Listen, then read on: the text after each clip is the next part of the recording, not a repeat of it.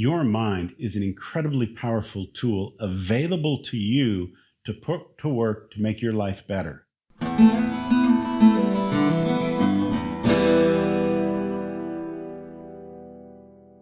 mind is made up of two parts, the conscious and the subconscious. And some have compared it to like an iceberg, where the conscious mind, being the smaller part, shows above the surface. The subconscious part of your brain is enormous, and that's underneath the surface.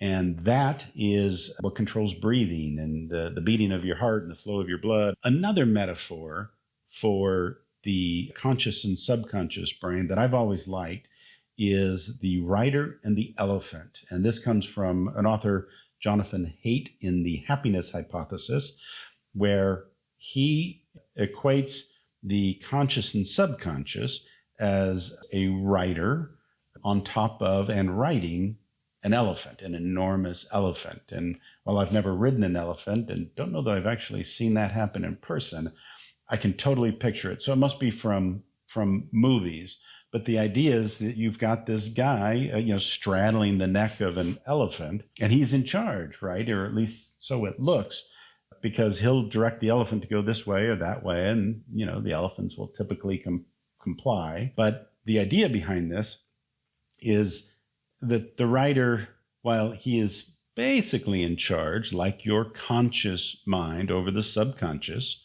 he isn't really in charge. If that elephant doesn't want to do something, it's not going to do something. Let's say the rider was trying to direct the elephant into a very thick forest, all right, just a jungle, too thick, and the elephant doesn't want to go in there.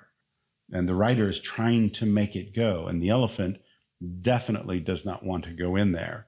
Well, when push comes to shove, the elephant's in charge. And this is the metaphor for the human mind. Your subconscious controls an enormous amount of what you do. My second career was in real estate. And people will, when they're looking for a house, will give you a list of what they want. And they want, a 2-car garage, and got to have 3 bedrooms. We'd like 4 bedrooms. And, we want these things in this house. But when people get into a house, there's just something about some houses and the way it affects some people that whole list of things doesn't matter. It's just, this feels amazing. Yeah, that's because the elephant wanted it, right? It's like, ooh, okay, no, this is how I want to live. And just that craving, the desire, the want, that's just something deep within you. And that's largely the subconscious doing its work. I mean, you could make a list of all the things you'd like to see in perhaps a potential intimate partner. What do you want? I have a list of the things that I want to look for. I've developed this because I sometimes lose track of what I think I want. And the conscious brain needs to play a role in choosing the people that you invite into your life. Because sometimes that elephant will see a woman and think, I want that one. So attraction is a real thing, and attraction isn't negotiable. Attraction is just, that's the elephant. That's just something that you don't have to rationalize, where you have to, you're not thinking, okay, she's got good symmetry to the face. The ears are nice. The hair looks good. It's shiny and it's got a nice curl. You don't do that. It's in an instant.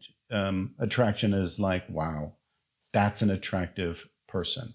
And that's elephant. That's the subconscious. That's just you having a brain and just knowing that's an attractive person. Now, the problem is the subconscious just goes, I want that. Where the conscious has to say, all right, well, let's not rush into anything. Is this a good person? Is this someone I can trust? Is this someone who's reliable? Are they kind? Are they decent? So having a list is good, where the conscious brain can step in and interact with the elephant to make better choices in relationships and friendships and in choosing partners. The writer handles the critical thinking. And critical thinking is something we're going to talk much more about. The ability to assess a situation, to assess your priorities, to create plans, to decide who belongs in your life and who doesn't. This is all rational, critical thought.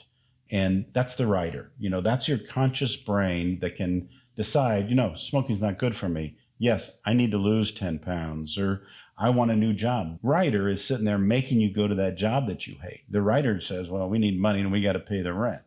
Now, the writer should be listening to the elephant who's saying, I don't like. And the writer keeps making the elephant go to that job. And this is all within you. So you're not liking it, but you're doing it. When you sense that kind of conflict, the writer, the critical, conscious part of you, needs to start assessing, how do I fix this? Is there a way to like this job better? Can I transfer within this job? Do I need to find a new job? Do I need to find a new career? Critical thinking needs to take what you sense, okay, which is part of knowing. That's intuition. Okay, well, intuition sometimes is the elephant. It doesn't speak the same way that little voice in your head does. The elephant speaks in terms of feelings, right? It's in things like intuition. That's your brain working. Well, if you are complaining about your job all the time, and Sunday nights are like, ugh, or the mornings it's like, ugh, and it's like Friday afternoon, yay. Okay, well, that's, listen to that. That's your subconscious letting you know that you don't like it. And a lot of times, we let our conscious minds override that because of practical necessity. We got to have a job, we got to have income, and that's how it's got to be. But it actually, that isn't how it has to be. That's pretty limited thinking right there. The path is an interesting addition to the writer elephant discussion. And this is something from the Heath brothers in a book called Switch. And the path is the ability of the writer to recognize the elephant doesn't want to go pushing its way into a thick jungle. It will, if you want it to go on the path, it'll go on the path. That's easy, right? But into the thick jungle, it doesn't want to go. So you can force it, like going to the gym when you don't like the gym, or you can create a path. And a path is a deliberate choice to make the things that you want as easy as possible. For instance, if you want to be more physical and go on hikes, more walks, if you have to drive a half an hour to get to a decent hiking place, a place you would enjoy going on walks, well, that's a burden, right? You're less likely to do that. So you won't as much because it's not a path. It's not an easy path to go down. That's like making the elephant go through the jungle. Now you got to drive through traffic for 30 minutes to get up to the mountains or the foothills so that you can take a hike. On the other hand, if there are walking trails in town or near where you live or where you could live, and you choose to live on or close to hiking trails or walking trails if you're suburban or inner city, that makes going on walks and being healthy easier. You've created a path. The resistance to doing things that are easy is usually very low. The amount of energy it takes to go on a walk when the path is right there, goes right by your house to a really nice trail that you enjoy, you have the ability to organize your life in such a way that the things that you want to achieve can be easier or harder. I mean, that's entirely up to you. You can join all manner of social groups to make the path to meeting new people easier. You can structure your life to make the things that you value, the things that are important to you, easy. In fact, why wouldn't you do that? Why would you not make the things that you want the easiest things to make happen? Most everything good in your life is going to take effort and energy. I mean, you've got to make things happen. Okay, you're going to get some things that'll just fall into your lap. That's great. However, if you want more, and most people do, then you have to do something to create something more. And you can make the attainment of that something more as easy as possible, or be unaware that you can create paths to getting what you want that are easy. And I think most people are unaware that they can create paths to make what they want easier. And this is, I think, a very powerful part of this model, because the elephant is pretty much in charge of wanting. That elephant, when it wants something, that's hard to keep that under control. And when it doesn't want something, it's hard to make it do that.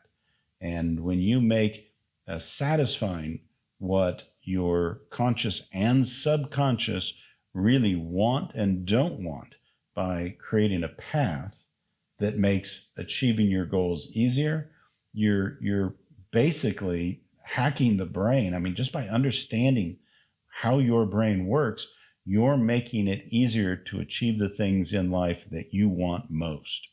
I think the most important thing about this, the elephant and the rider metaphor, is recognizing the power of collaboration, that the elephant and the rider, the conscious and the subconscious minds, can work together. They can collaborate to create the life that you want. So by being aware of what you want and by communicating that to the subconscious, by helping the subconscious develop new habits, a new awareness of what it wants and what's going to make you happy and keep you healthy and safe. The subconscious wants to do that, but it doesn't know what those things are. You can collaborate. The conscious mind and the subconscious can work together to make your life better.